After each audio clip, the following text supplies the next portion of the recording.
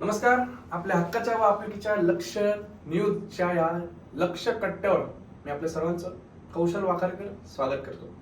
आज आपल्या लक्ष कट्ट्यावरती नेहमी काहीतरी नाशिकसाठी तळमळ असलेलं, नाशिकच्या हितासाठी नेहमी कार्याध्यक्ष असलेले ॲडव्होकेट HR, त्याचबरोबर निश्चितपणे राजकीय विश्लेषक आणि नाशिकच्या जडणघडणातील एक महत्वाचं व्यक्तिमत्व म्हणजे आज आपल्या बरोबर श्रीधर वेवरे सर. नमस्कार सर. मी आपलं प्रथमतः आमच्या लक्ष कट्ट्यावर स्वागत करतो.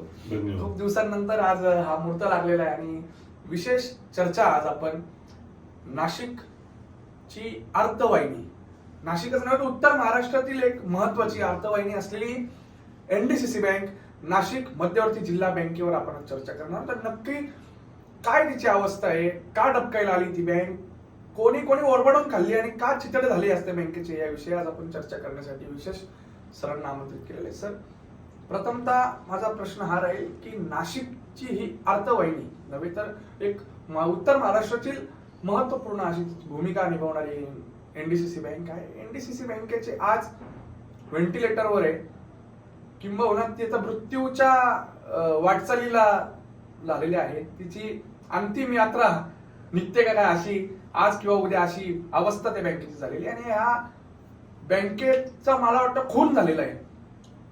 हे खुनी कोण आहेत आणि हे खुनींना कशा प्रकारे आवरलं पाहिजे. आपण काही नावं तर घेऊ शकत नाही यांची, कारण अमाप लोक आहेत, परंतु जबाबदार काय, जबाबदार कशा